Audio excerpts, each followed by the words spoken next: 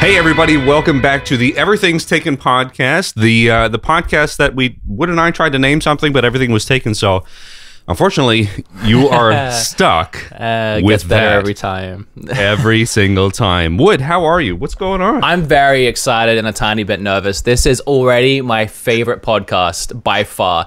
I know it will be hard to compete with your favorite, which was Rue, where we talked about Earthbound for a solid hour, which was fun for everyone involved. Yes. But today, we have a very amazing voice actress called Melissa Hutchison. Hutchison. I was going to say Hutchinson without an N. You voiced a character, probably the one you're most well known for, in my probably second favorite game of all time, because nothing can knock out Zelda, but it is impressive that it did it. Clementine in The Walking Dead. Yes. And Yay. I am just so excited to talk to you right now. We met back in last year in August, I think, at Game On Expo. Yeah. August in Phoenix. Yeah, that was hot that day too. That was like Australia hot. It was crazy. You were in the special fancy booths of special guests along the back wall, and then I was in the mediocre line of YouTube guests.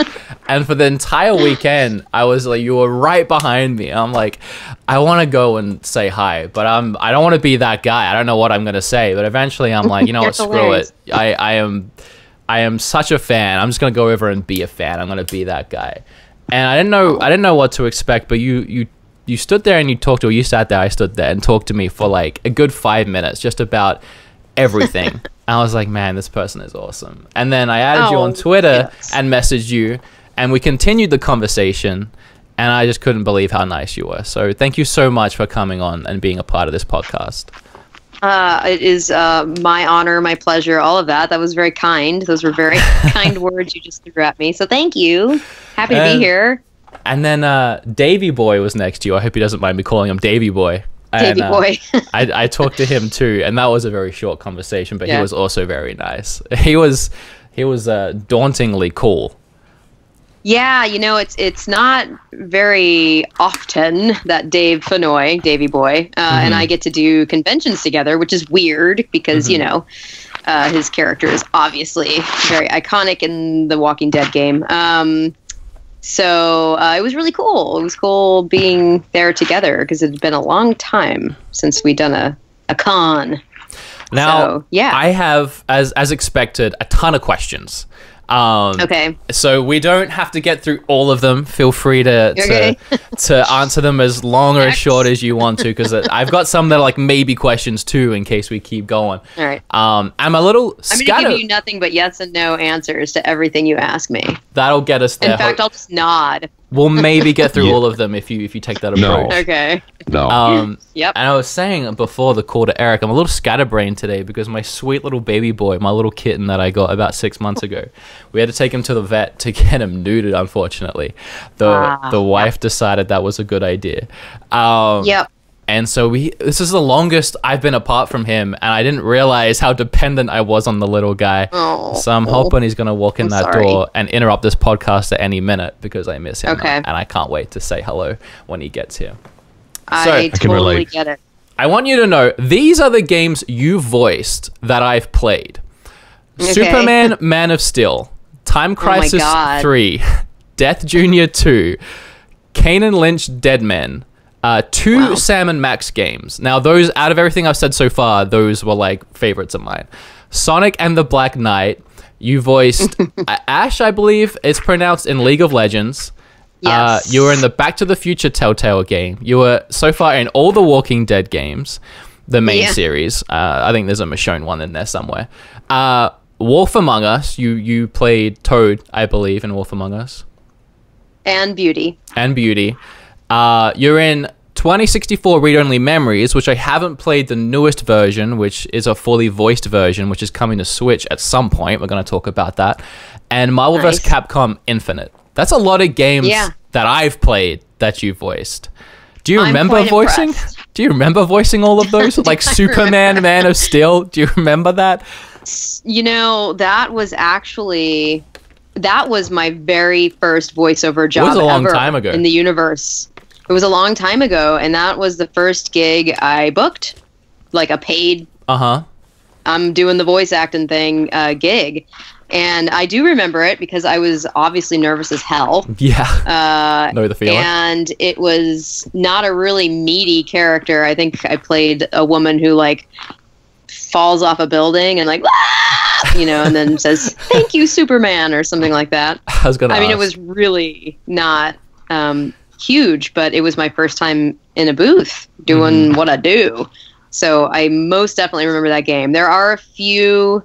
I think I remember all of the games you're talking about.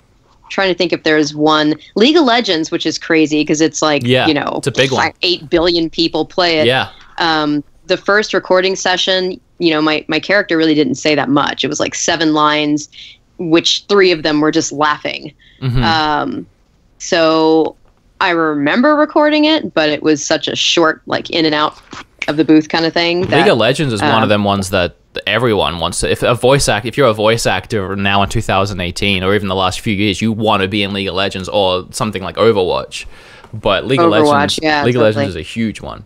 And it is. Speaking of your character in that game, your voice range is pretty crazy when it comes to it. You've gone through a lot of different kind of voices since Superman Man of Steel, because Clementine and Ash don't sound anything alike.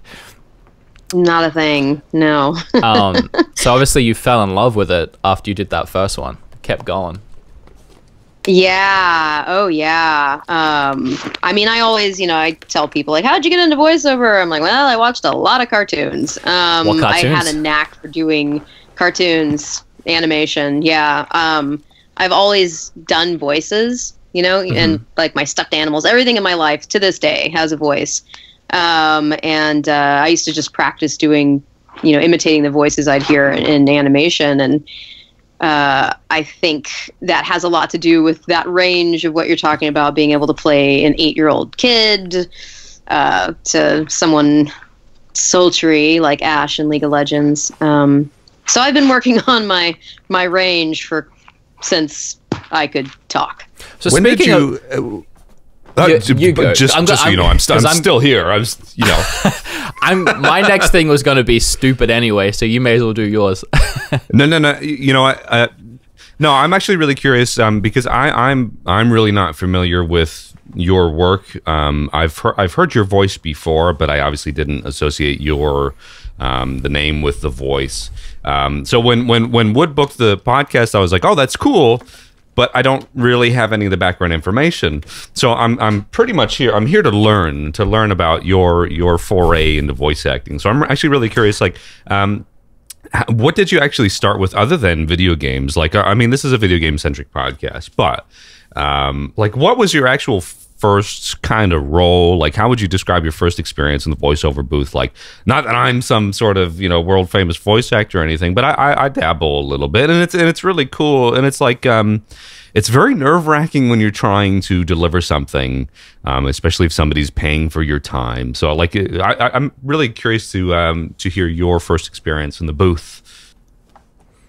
Well, yeah, I mean, I think the Superman game, that was pretty brief. As far as video games go, my first experience was probably the most kind of scary bit was just feeling like you were able to take direction and do what they want and give them different takes and different reads and different, you know, I mean, to this day, that's like my number one goal is when a director, whether it's games, commercial, animation, whatever, I always am really honed in and focused on making sure that I give very distinct, different takes on the read. So I'm kind of neurotic about it, actually. It's kind of like a cool like challenge that I give to myself. So, you know, my first experience in the booth was just, I definitely, those were the things that I would focus on, but probably feel most nervous about is like, oh shit, am I allowed to cuss on this? We do on the podcast. Bleep me out. Yeah. Okay, all right. My channel is completely family friendly, but the podcast is there's only so much you can do with an Australian in it. Okay. All right. Good point. So, you know, it was my story is a little unique also in the fact that I actually started doing voiceover. So I'm like the worst person to ask as far as like, what did you have to do to get into voiceover? Because I actually went to high school, stay in school, kids, with who turned out to be my agent in San Francisco. I mean, I grew up with a theater background. I've always been an actor. But as far as like taking classes to find the agent and learning how, booth etiquette and all of that, I actually started doing that when I already had an agent. He was like, all right, we'll bring you in for auditions, but you need to go take some classes to learn how to be in a booth and get direction. And so my story is a little bass-ackwards, if you will, in the fact that I got the representation and then started the training. But I know I'm kind of going in a roundabout way of answering your question. But in the beginning, it makes sense. It definitely felt, I mean, I was, the difference between how I go into a studio now when I book a gig and how it was when I first started is, I mean, day and night. It definitely, it's amazing how when you do something enough, you really kind of just, it's just such an easy process for me now. Not always, because as you know, if you're doing voiceover, it depends on who's directing the session, and some people are really easy to work with, and then you find some people that are like, they beat it out of you. Try that line one more time, and it's like I'm saying it the exact same time every time. Right, and then they're like, you know what? Can we hear the first take again? Yeah, we'll just go with that one. And you're like, oh my god. So yeah, no, it's as you know, it also has to do with who you're working with. And besides video games, I do a lot of commercial, and I do some animation, and I mean it's all such a different experience depending on what you're doing. Yeah. Plus, your confidence, I'm sure, grows from when you start to when you start getting nominated for awards and then winning Best Performance by a Female at 2013 Spike Video Game Awards. Nice, boom, mic drop. Thanks for the call out. It does. There are some times though where I still feel, depending on the client. I mean, there are sessions I walk into where I still have that kind of like, oh god, kind of the nerves are going. But yeah, it's just the experience, just doing it, and over the years. I mean, my god, I've been doing voiceover for I think 18 years at this point. I know that's crazy. Try not to do any math right now. I was like 4 when I started. Yeah, 4 or 5. Oh my god. You're early 20s now, obviously. Yes. Exactly. So here was my stupid question from earlier. I do a lot of like live streams, and I like to mess around in my live streams and read out a lot of the words I'm seeing from the characters in the games in their voices, or the voices I assume. I like to think I have a future in voiceover. In fact, I even have I'm being sarcastic, by the way. In fact, I even have a game company who wants me to be a voice in their game. That one's real. I'm actually a little bit nervous about it.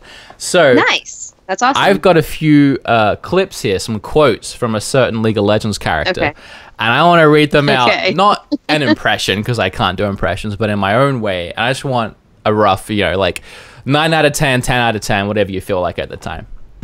Okay, you ready? All right. Yeah, I'm ready. Right between the eyes. I'm going to do different ones. That's just one. No one escapes my aim. All right, I got one more. You ready? Yeah. No, really. Put that apple on your head. So how 9, 10? I have already booked you. You're already in the studio and you're recording it. And the character is going to look like how she looks like, but with what you just did. That works perfectly because for me. Absolutely. That would be freaking hilarious. I thought those were all really good. I'm going to go ahead and give them all... I'm going to go 10. Thank you. Well, 10. Now, next time old Robbie boy, Rob Kirkman, decides to make another Telltale Walking Dead game, you know who to suggest. Yep, I will. Actually, I mean, I know... The Wood King Dead. I know he doesn't make the games, but he's involved with them, and you've met him, I have heard. What was he like in person? He's a real nice guy. Yeah, he is. He's a super, humble, kind of quiet, genuine. I mean, his background is, comics, so he's our people. He was Yeah, meeting him though. I mean, I was really nervous. I was geeking out and kind of like, oh god, you know, Robert, because I was a fan of the franchise before we even made this game. So meeting him was definitely, I felt nervous. Robert, obviously, for those that don't know, the creator of the Walking Dead comic books. I would like to pick his brain about a couple of things one day, like his opinion on the TV show as opposed to the books, because it's very different. Right. Do you watch? And it's gotten very different. You watch the show? I do. I'm totally caught up. I mean, again, like, I was a fan before. I'm like 4 episodes away from being caught up. Oh, okay. But I would like to know how you feel about the show as opposed to the books.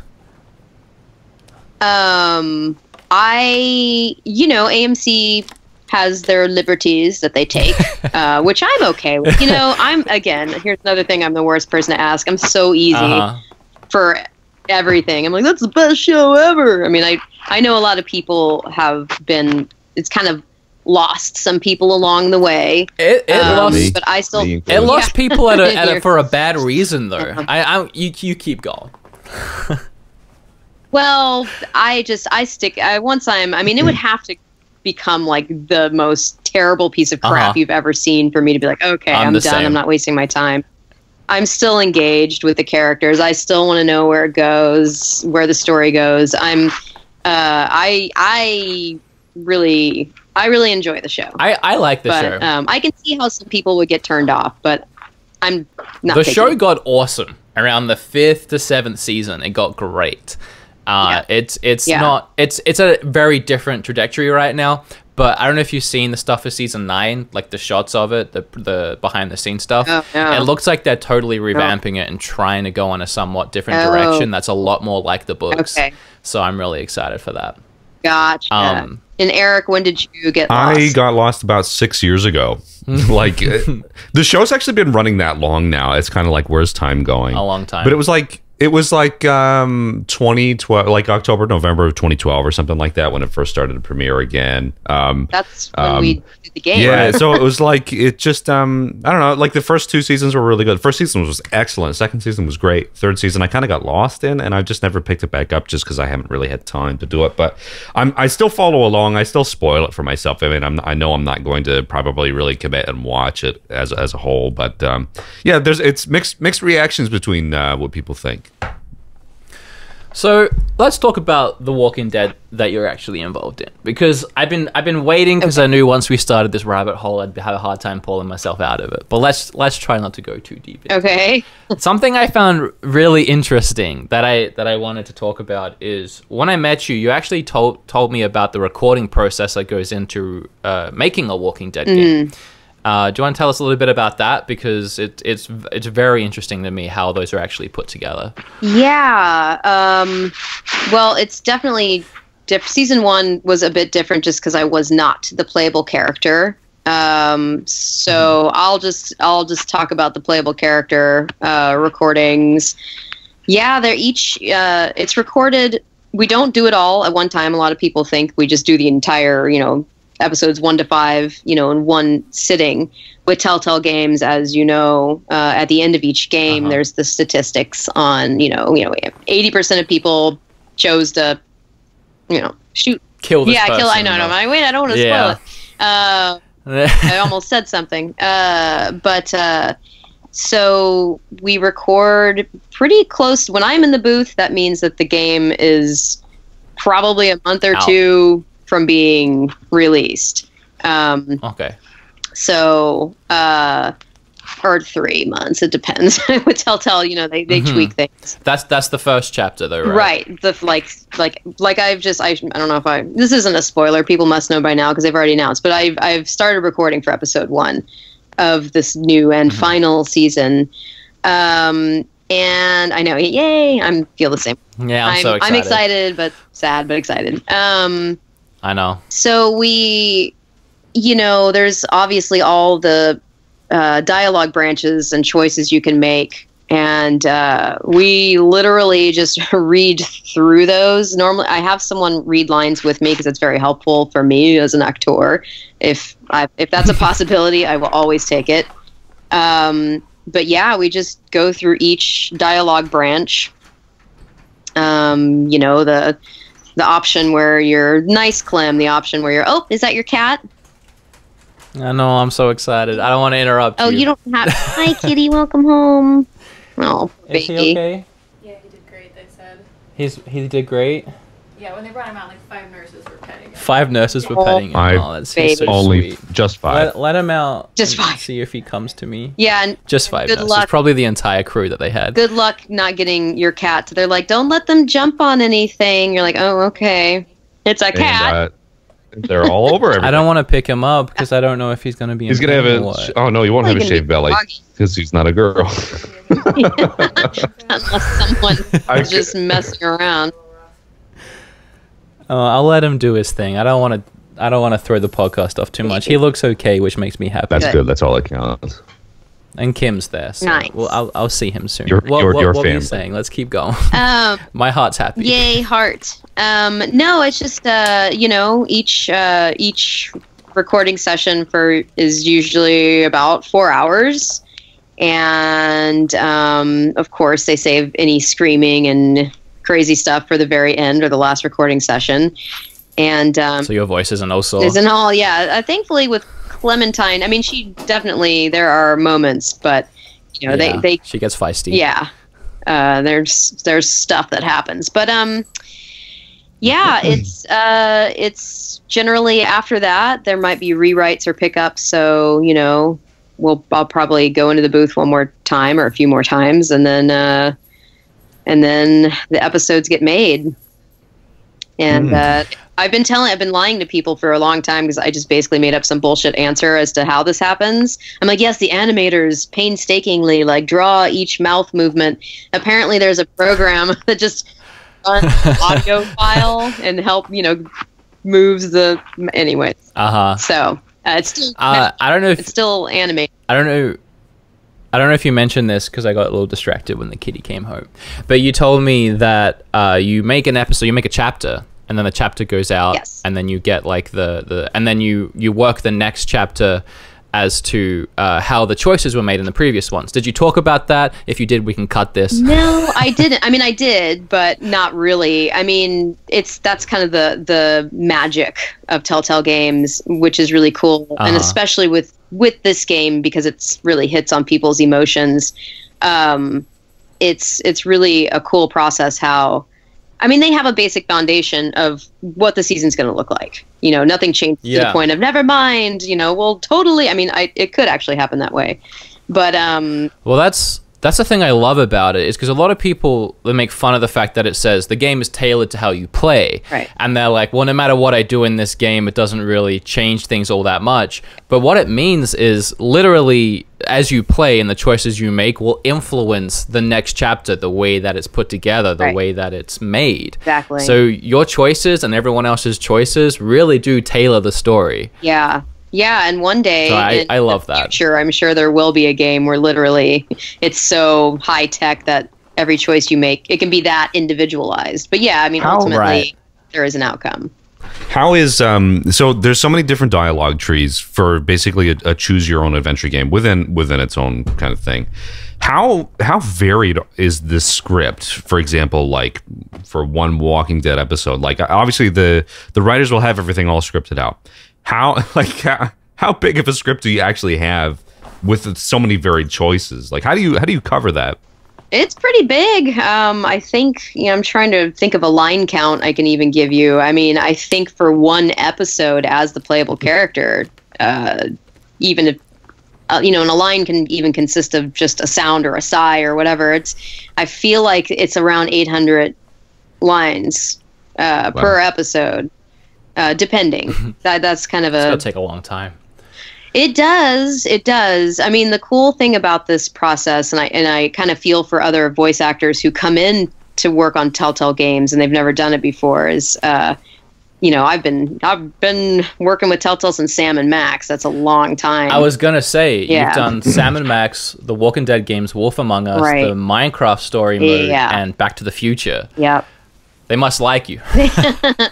Thankfully, they do. And I love them. I mean, many people who come and gone or who are still there or whatever. It's like family. It's pretty cool to have that relationship with a game company. And it's my style of game as a gamer.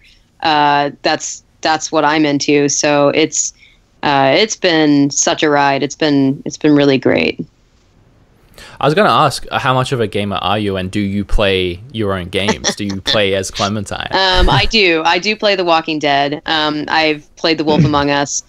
I have a PlayStation 4. That sounds like a game.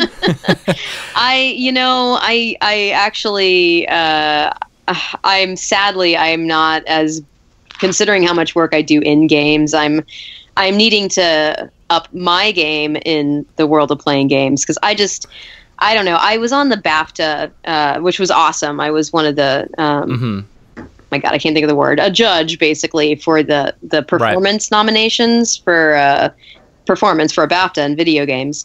And they were like, oh, what do you play? Like, well, we'll send you codes. And I was like, all right. Well, I was like, I have a PlayStation. I went out and bought a PlayStation.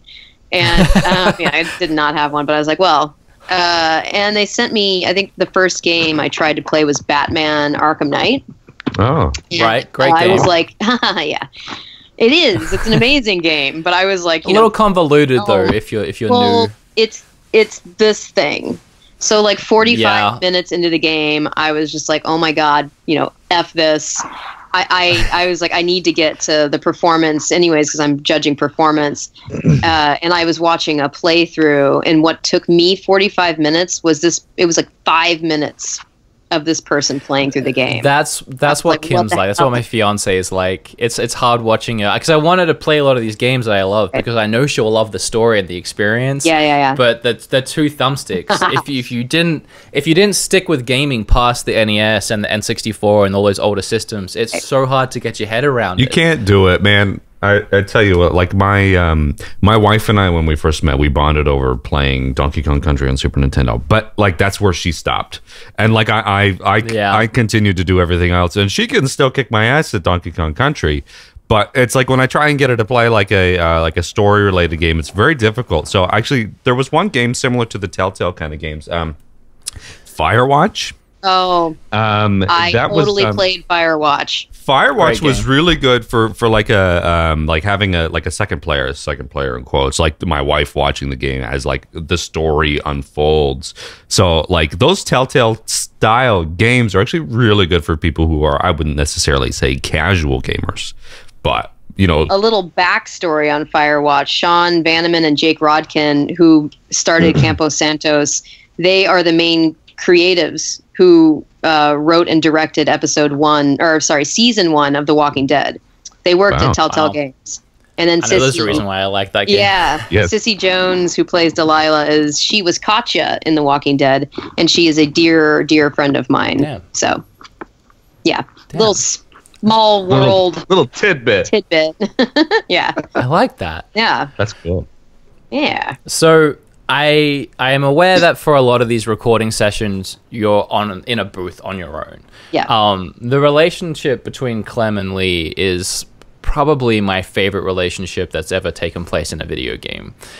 How is your relationship with him actually in real life, or at least through the recording of the games? It's interesting. I mean, and that's what I should have mentioned. Talking about the recording process is we do not physically. I mean, sometimes in animation you get lucky and you get to do ensemble cast recordings, but in games that is extremely rare. I didn't meet Dave Fennoy until episode 3 of season 1, and we were actually like instant friends, and we still are very good friends. And it was this crazy experience where you meet someone for the first time, but you're instantly bonded because we were both going through this experience of being these characters, and then the reviews kept coming out for each episode, and it was just blowing up. And neither of us had ever experienced that in the world of voiceover. It's pretty anonymous nowadays. It's becoming less so, and there is like VO celebrity, but it was definitely we really bonded over the experience. And the last episode, which I won't spoil for people who have not played it, but it's very, very emotional.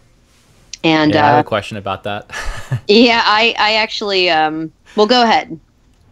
No, you keep going because you might be answering it right now. Well, I was just going to say he recorded his dialogue before me, so even though we weren't physically together in the studio, I did have his lines, in my headphones and was able to work off of his performance. And it was just usually the recording sessions are, it's serious because it's a serious game, but there's a lot of in between we're all laughing and cutting up and just totally.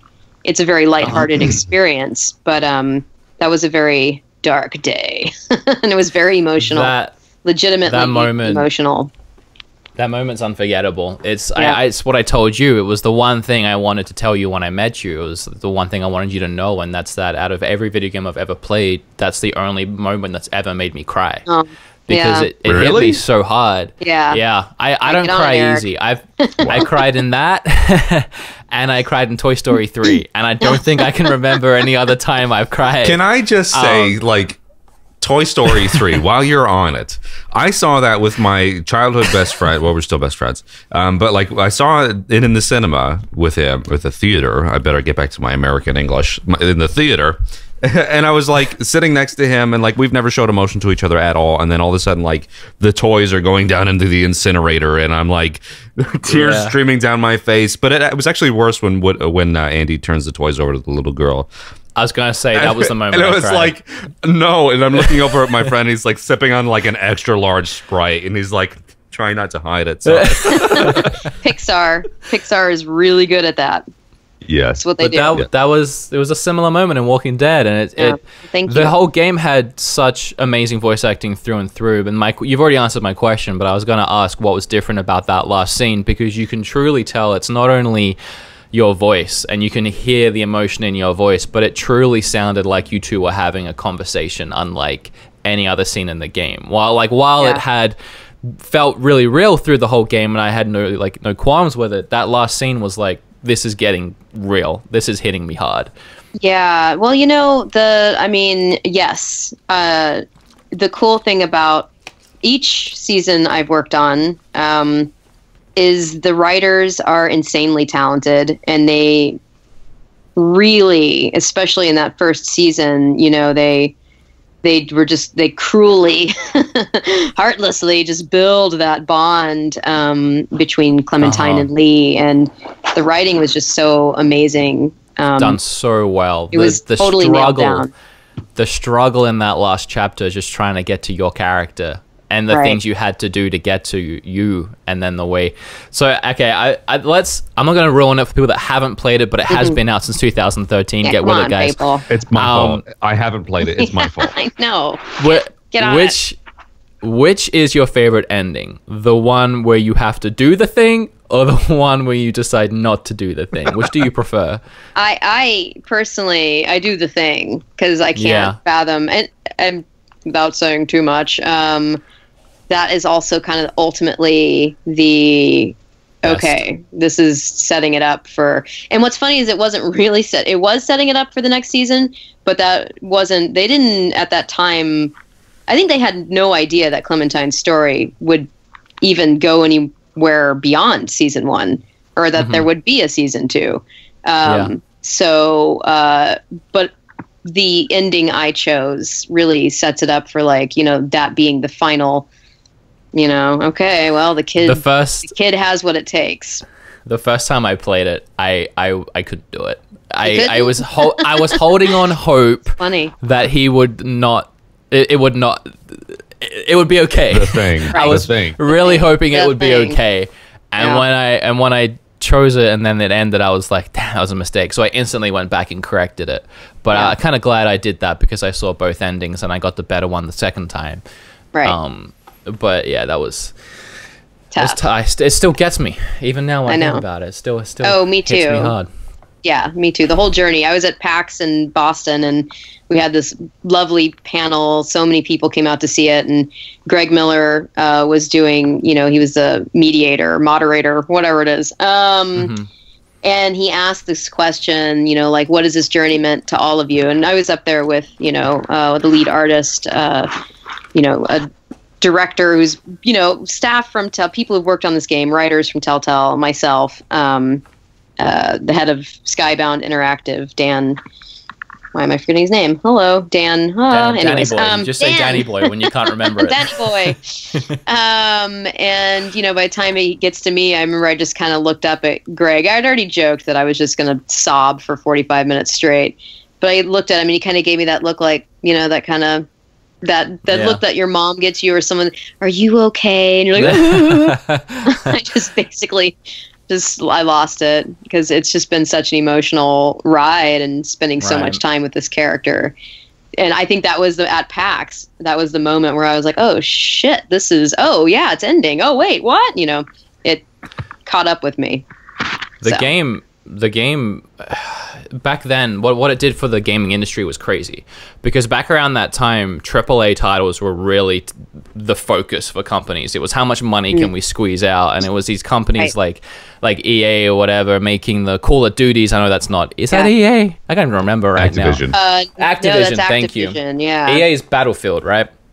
Yeah. Dice. Yeah, let's just say yes. I don't know. But these Assassin's Creed every year, every year, that kind of thing, and it was so hard for any other company to just really break that mold and make a game that had that big of an impact. And that was really a turning point. That Walking Dead, that first game, when it got Game of the Year, it was the first game to get Game of the Year that wasn't like a huge AAA title for like years back to back. And it was just, it was a huge turning point. And it even helped make way for indie games and like smaller companies really get their games out into the spotlight. Yeah, and that to me is precious, just because in my life, and I mean, these AAA games that are coming out are obviously amazing and filled with talented people as well. There's no knock on it, but in my philosophy in life is a little bit more mom and pop and indie anyways. So it made me really proud to this, you know, to this day to represent, you know, obviously Telltale blew up, you know, after The Walking Dead, but they're still an indie company and they still, I don't know. It's been a really cool experience kind of becoming, my character at least becoming the mascot for, this game company that I have, you know, grown up with in the industry, kind of, to a certain extent. So, Eric, unless you have any more Walking Dead theme questions, I've got one more, look, and then I can move on. The only thing I could really relate to for The Walking Dead is the fact that I'm walking and I'm slightly dead because it's like 7 a.m. But so, like, I mean, I'm in Australia. It's like 2, whatever. I'm upside down. Doesn't matter. No, I mean, like, look. This is totally on me, but I've never played the Walking Dead games. I only know a whole lot of the Walking Dead show. The amount I talk about it, I think you would have. I know. I mean, I honestly, I should have at this point, but it's actually, it's cool to sit back and listen and hear you guys discuss this, because the Walking Dead video game actually, as Wood was just alluding to, has really changed the landscape in terms of like what AAA really means for gaming. And when The Walking Dead came out and it became so popular, I think it was really because of the testament to the story writing and the way that the story was told by you guys as the voice actors. So, like, kudos to you guys. I mean, like, you know bad voice acting when you hear it. You don't know good voice acting when you hear it, because it's just part of the story. Like, I remember the very first time I heard anything voice acting in a game was actually Final Fantasy X. So I didn't grow up with voice acting in games, but now it's like, it's become it's a thing. It's the main thing, and like, you guys are owning it over at Telltale, and you specifically with your performances. So I just think it's cool to just chat about this with you. So Wood, please feel free, continue. I appreciate that. My last thing was going to be, so Clem has grown up a lot, leading into the newest game, which comes out I think late this year, right? I'm pretty sure it is. Yeah. Let's just say yes. It's coming out soon. She's recording now. Don't miss it. It's what month? I don't even know what month it is. Good Lord, it's May. May, right? Okay, yeah. Maybe soonish. I believe it's late this year. I believe. I mean, the whole release of it would definitely. I think it by the time it's all wrapped up and released, it will definitely be later this year. But I think the first episode. I mean, this is just me, not knowing nothing about nothing, but it'll probably be out in the next couple of months. Again, that's me knowing nothing about nothing. My final question is, yeah, how do you feel about the evolution of your character? Do you love the way it's gone? I personally love it. But I want to know your. I mean, I'm assuming I know the answer, but I also love it. I mean, there are obviously ways they could have taken it to other directions. Like she could have been, I don't know, turned into like crazy Clem or angry Clem. Well, she's a little angry, but it feels really organic and natural to me, the way they've aged her, and especially season 3 and now coming into season 4. Obviously, there's going to be an edge. She's a teenager. She's been through, the worst of the worst. But I feel it feels really natural to me. And I think this particular game, and especially her character, is so fan driven that, they have to, I almost, God, I would hate to be a writer at Telltale because there's just so much pressure on don't mess it up. Yeah. You better not do not mess it up for us because she is so loved that is also really taken into account when as they've aged her and gone on with her, because people don't want her. I mean, they want to see her be more badass, but it would be, kind of crazy if all of a sudden you didn't feel this attachment. She has to have the essence of season 1 always within her, or else it would just feel like, whoa. And that's the great thing about her character is everything she does, even in the last game, you could see the moments that made her act like that all the way back in season 1, season 2. Little things that happen or big things that happen that have influenced her decision making and the way she acts now. Yeah. And it's great. I love it so much. The writing from Telltale and just the whole Walking Dead series, apart from the TV show, is absolutely fantastic. I snuck that in there. I'm going to keep moving past it. You're not the first. I mean, I've heard that before. So they have great moments, but yeah, and I always, it was cool because at PAX, we had, people who work on the game there, because I get to go to these conventions and, be this representative for this amazing game. Mm-hmm. But it was really nice having people who actually work on the game there, because I'm like, see, this is what you've done to people. And they're like, wow, it's crazy. Whoa. And I'm like, I told you. Yeah. So I'll move past Walking Dead. I feel very satisfied. Thank you so much. Of course. If I ever had a question, it was answered. I even asked my maybe questions because I loved it so much. Nice. I have a quick question before I talk about the next game that's coming out soon that you're working on, and that's about Wolf Among Us. Are you working on the sequel? I mean, they announced they were making it. I don't have too much information, or if I do, you'd have to kill me afterwards if I said something. She's not among wolves. So, but currently, at this moment, no. Okay. But I really hope, as a fan of that game as well, because it's like, God, it's so cool. So cool. I really hope that is in the works, and I hope my characters, if it is, I hope my characters come back. But I don't know. I know nothing about nothing. Given your history with Telltale, I think it's probably a safe bet. But well, thankfully those characters sound so different from Clem. I mean, that's the cool thing about Clementine is she sounds pretty different from, That's all again the rest. your voice range. I actually didn't know you played the Toad. Toad's actually his name, right? Toad. I didn't know Toad that. Jr., yeah. Toad Jr. I didn't know that was you until I finished the game. Oh, I mean, cool, it's a male character, I believe, right? It's a boy. Yeah. A little boy. So I mean, I didn't. Usually, I'm really good at picking that stuff up. You can pick up Dave's voice in almost any game he's done. Is like, there's Dave. But yours, you're really good at that. Well, thank you. I mean, that's kind of the plus of just another little backstory. When I was growing up and The Simpsons, again, don't do the math on this. The Simpsons started on the Tracy Ullman shows a billion years ago. I don't know how old you guys are, but it was a long ass time ago. Well, Eric usually looks about 25, but right now he's looking about 60. Actually, no. Normally I look about like 30, but things happen. So I'm now 25 going on 16. So cool.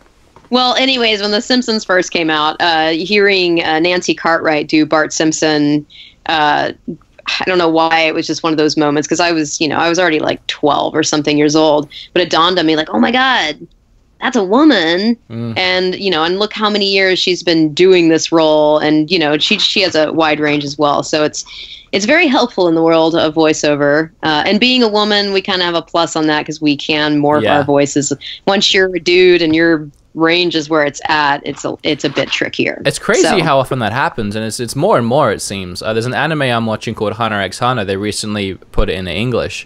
And the main cast is predominantly males, and I was watching behind the scenes of the voice acting, and it was all chicks.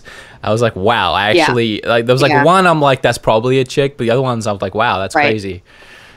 And it's so really weird to see their faces when they're voicing their characters. It's like, that's dubbed like over. That's so weird. Only when I was a little bit older did I realize like Ash from Pokemon was a woman doing the voice, or a girl doing the voice.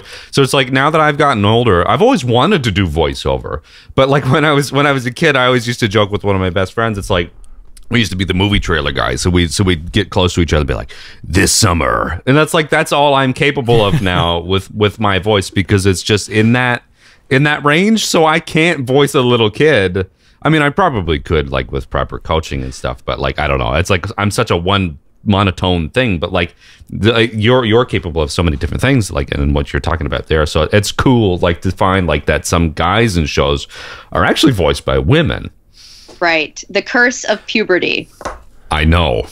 Well, Eric, if you ever wanted to get into voice acting, you do have an award winner in front of you, and also someone who was rated 10 out of 10 by that award winner. So we can give you tips. You know what? At any given time. I would love tips at any time. Thank you. Okay, so the next game I want to talk about is Read Only Memories, or 2064 Read Only Memories. It's a really awesome game. And I don't know if you've seen this, Eric, but I know you're going to love it. Oh, it's done in the style of games like Snatcher. It's inspired by Snatcher. It was initially released, so it's on right now, PlayStation 4, Xbox One, PC, Linux, Ouya, Razer Forge, Android, iOS, Vita, and Fire TV. I don't even know what half of them. I know what most of them are, but there's like Fire TV. Yeah, I don't know what that is. And there's a lot of those that originally were, I think Davy Boy, our friend Davy Boy, did the voiceover for it. Was it? Sorry? I don't know. I remember. I don't know anything about this game. Dave Fennoy. I was like, wait, who's Davy Boy? Dave Fennoy. Davy Boy. Dave Fennoy did the voiceover for it, and the rest was text. I believe that's what it was. But now it's fully voiced. Yeah. And you yourself play one of the main characters, if not the main character. I haven't played the new version yet because it was supposed to come to Switch at the start of this month, or last month, actually. I don't know if you're aware, but as of yet, it just never dropped. There was a date for it, and the developer tweeted around the date, it's going to be a few weeks, and now we're like a month after. Do you know where your game is? Can you tell us where your game is? I cannot. But I have access to finding out. I mean, I would love to know, because I've been really excited to play this game. And obviously, the only reason I know about it, to be honest, is because of you. This is even before we organized any of this. I was like, I was looking through what you've done. I IMDb, I'm that guy. Like, if I'm watching a movie, I'm like, I recognize that voice. Yeah. IMDb. And I saw you working on this game, and I looked it up. I'm like, that's amazing. Yeah. But as of yet, I don't know. Yeah, but it's on Ouya. It's on Ouya. Yeah, but I very much doubt that's Melissa's version. I'll find out. I'll ask them, actually. I haven't been in touch with them for a while. That was a massive amount of recording as well, actually. I was going to ask you. Yeah. Yeah. Because Turing, his character, who kind of the assistant that leads you through this game, basically, is all full of all kinds of information. I mean, like scientific, and I mean, it was definitely like, he has a lot to say. Or he. Well, I don't want to spoil too much. I said he, but now I'm like, wait a minute. I take that back. Turing's a robot. And then there are things that come up. It's a really cool game. Mid-Boss. They are everybody I worked with there is amazing, and we recorded in San Francisco, which is cool. I think they're not all living in San Francisco, but it was another Bay Area thing, which is kind of basically where I'm from, because I've lived in the Bay Area since I was a kid. So yeah, it was really cool. I've got a sorry, Wood. Can I? You can. May I proceed? There's something else I want to say about this game, but yes, it depends how off topic you're going to throw us. It's on topic, but it's off topic. So Wood, you go first, and then I'll go second. No, it's okay. I was going to say, it was more of a tidbit. So Dave is working on this game as well, which is another reason I was really excited. Your voice in this game, from what I remember of the trailer, is actually sort of similar to Clementine, where a lot of your voices usually aren't. So I was actually excited for that too, because it felt like a little, I might be wrong, but I recognized your voice more in that one than other ones. And Xavier Woods is a voice in this game. I don't know if you know who that is. It's one of my favorite current wrestlers, who has a YouTube channel. He's WWE wrestler, has a YouTube channel called Up Up Down Down. Okay. I did not know he was doing voice acting, but he's a character in this game as well. Wow. Okay. Yeah, it's very... I'm guessing it's his first game, unless I couldn't find anything else. So yeah, the old Xavier Woods. Yeah, it's a pretty eclectic group of folks. I mean, I know Gavin also worked on it. He played Kenny in The Walking Dead, Gavin Hammond. Oh, dude, I'm in love with this game so much already. Kenny was my other favorite character. Yeah, well, me too. Me too. That moment in two. I know. In the second game. Yeah, we all know what we chose. Yeah, okay. yeah. Yeah. Eric, what was your question? Yeah, just because this is like my kind of background. When you go and record your voiceover lines, you just go to any random studio, like anywhere near you, or do you meet with all of the production company of like the people who are working on the game? Like they fly you out there, they're in the booth with you. It's funny it depends. Yeah, in the booth. Get out, get away, man. It depends. I mean, I split my time between Los Angeles and San Francisco now. I'm in LA just as much as I am in the Bay. That's what split your time means, just so I can clarify that. Duh. It depends. Nowadays, because they have the patching in technology, a lot of times it's just, I go into whatever studio is paid for and there's an engineer, and then the clients are via, phone patch. But for the most part, and preferably for me, I like it when the directors are there. I don't know why. It's just having that human, even if it's through the glass. I like to be in the same studio with the directors and producers and whatnot. But yeah, I mean, it's kind of 50-50 on whether the people who are directing the session are actually physically there. And I go into whichever... for the Telltale games, we did record religiously at a studio in Marin near Telltale Games, but unfortunately, as he fell apart. Unfortunately, the dear friend of ours, family member, but he passed away in a motorcycle accident a couple of years ago. So it was interesting in that transition, just because it was obviously heartbreaking, but it was also like season 3. So it felt, I already felt like, oh God, this like new season, new people, so it was actually kind of fitting towards the character. But that's pretty rare to have a studio that you like consistently work at. Yeah. One last question in regards to the studio stuff. Do you know what microphone you use? Do I? Does it? No. Like for most of your sessions, does it vary? I mean, obviously it doesn't really matter. It varies. It varies a lot of depending on the place. A lot of people use like a shotgun mic. I think for The Walking Dead, I always screw up the name. This is where you need Gavin. You need to have Gavin on your podcast. He'd be like, "Oh yeah, man, I use the Neumann 3500 or whatever." I'm like, "Oh look, it's silver. It's a mic. Wee! I talk into it." Yeah, I'm the same. I had to get Eric help me buy this mic. Yeah, I. That's all right. Just for my own curiosity. Stories. I think a large majority of mics in studios are I think it's Neumann, right? German piece of beautifulness. The kind that, not shotgun. The long silver kind. Down. Yeah, there you go. So, records. But I have a lot of friends. If you're wanting that info, I can totally hook you up with other people to talk to. That would be interesting, actually. Yeah. And I assume you willing to do that means you've had fun so far, which I like. Oh, totally. I'm already planning to recommend come back on your podcast. Oh, that's awesome. Thank you so much. Season 2. It's crazy, actually, because we are down to my last question, and it's been pretty much exactly an hour. This has been awesome. My last question is just the one you probably get all the time, but I feel like it's a good one to wrap up on. What's your favorite character out of all the ones you voiced? There's been what? What's your favorite? And then what's your second favorite, in case your answer is Clementine? Yeah, it's gonna have to be. Has to be. Clementine. Yeah. I mean, it doesn't have to be, but it's just, you know. It has to be. It kind of has to be. Yeah. Ooh, God. Okay. As soon as I say this, I mean, it's kind of hard for me to choose, honestly. Of course, they're all your babies. They are definitely. Okay. I have to say, I'm moving. You can literally see the wheels. Yeah. Spinning. All the characters are flashing before your face. Like, no, yes. I had a lot of fun voicing Trixie Trotter in Back to the Future, just because she also got to sing, and that was I love singing. It's my other passion in life.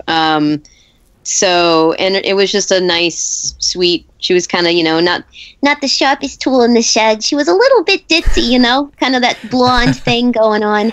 The nightclub singer. Like that. So that was a lot of fun.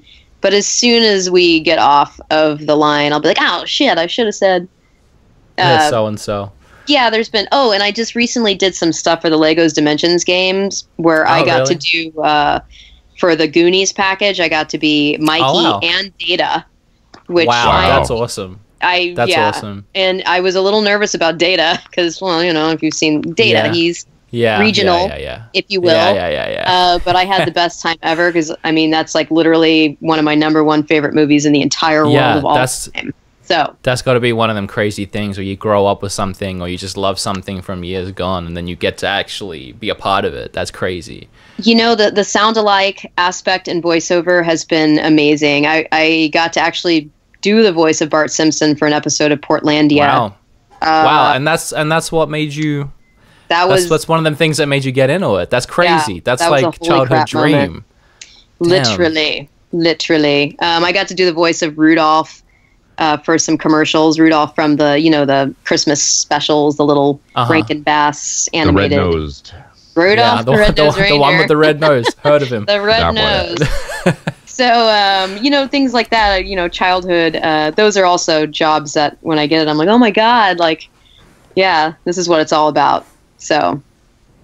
I think that's a beautiful place to end the professional side of your career, unless you have anything else, Eric. Or Melissa? I don't know. I think we've covered a lot of ground here within the hour, and I think it's been really special to chat with such a caliber of voiceover artist as yourself. No, but it's cool because, like I said before, I don't know anything about what you've done, but it's been really cool to actually learn about this. So I have a reason to go back now, and I just appreciate you making time. We did have another episode scheduled like the other day. Didn't work out because let's talk about that because I realized California is like 17 hours behind me where I am now. And Wood, you're in Texas, and it's like time differences just didn't work out. But it's also really cool to talk to another American for the first time, and other than my parents on FaceTime. So it's cool. Yes, we had that last podcast planned for a week, and on the day you wake up and you're like, "Are we ready?" I'm like, No, I got a couple hours, and for you it's like 6, 7 in the morning, so you've gotten up early and everything. And I'm like, oh, there she goes again. It's not for a few hours. See, you're just falling apart. Now, 3 days ago. This is what happens. All right, so I get up at 6 a.m. for this, and I'm like, ugh. And I feel like I should be in the Walking Dead game. And everything's falling apart. But that's all right. We'll do it live. Oh, if I had to do this podcast at 6 a.m., 7 a.m., I would not be talking. I'd be like, yeah, whatever, blah, I don't care. That's all right. I'm happy to do it. Can I say as well at the end here that I said this was going to be my favorite, and clearly it is. But something that's even more indicative of that is we usually have a midway break about 30 minutes in. We cut to a song. We didn't even do it. We forgot. We forgot because we were so into our conversation, and it was awesome. I can't say thank you enough for this. You're so welcome. When I say I'm a fan, I mean it. Like there's there's very few people in the voice. I'm big into like a lot of like actors and stuff like that. There's very few people in the voice acting world that I follow avidly, and you're one of them. Just I love your performances. Wow. I mean, it's you can't have someone make you cry and then be like, well, they might make another game. Who knows? Like whatever. Who cares? So I seriously can't say thank you enough. Thank you. I really appreciate that. I'm very grateful to do what I do. Like seriously. So I thank you. I'll just leave you with that. Thank you. And that's it. So everyone listening, Mel herself said she might come on again. So if you have questions and you're watching on YouTube, leave them down below and we can ask them next time. Also, do it. If you're a Switch owner and if you're watching my channel and you don't have the Switch, that's a little bit weird. Look out for Read Only Memories, 2064 Read Only Memories, which will be coming out hopefully who knows when, but sometime soon, because it's going to be awesome. And the Walking Dead game later this year. And if you haven't played any of them, now's the time to catch up and cry yourself. Are you talking to me? Are you talking about me? Yeah, I'm subtly talking to you. Directly to me. I'm pretty sure Eric would play the Snatcher-inspired game before Walking Dead. Oh, absolutely. He needs to play both. Absolutely, yeah. That's on my list. But otherwise, thank you so much for joining us today, both of you guys. Thanks for making time. Thanks to everybody for listening. Feel free to please rate us on iTunes and SoundCloud and leave your comments down below. And feel free to talk about how I don't have my beard anymore. Let's just get that out of the way. Well, you wouldn't know. It's usually like it's amazing. Like he's so good that it makes me question if I should be getting married to a woman. I don't know why you would get rid of that. You could find a bearded lady. I'm the only man who can make you turn wood. That's true. One of the few. The highest honor. the top one sexiest YouTuber gaming. Yeah, I mean, we did do a top 10 sexiest YouTuber list, and we were one. Both of us shared the top spot. That was a little conceited. Well, I am number one. It was a little conceited. Yeah, that's hilarious. All right. Well, that's it. Thanks again to everybody. Thanks for listening. Thanks for watching. And we'll see you next time on the Everything's Taken podcast, where we didn't have a name. So, E.T., you get it? E.T. The podcast to phone home about. The podcast to phone home about.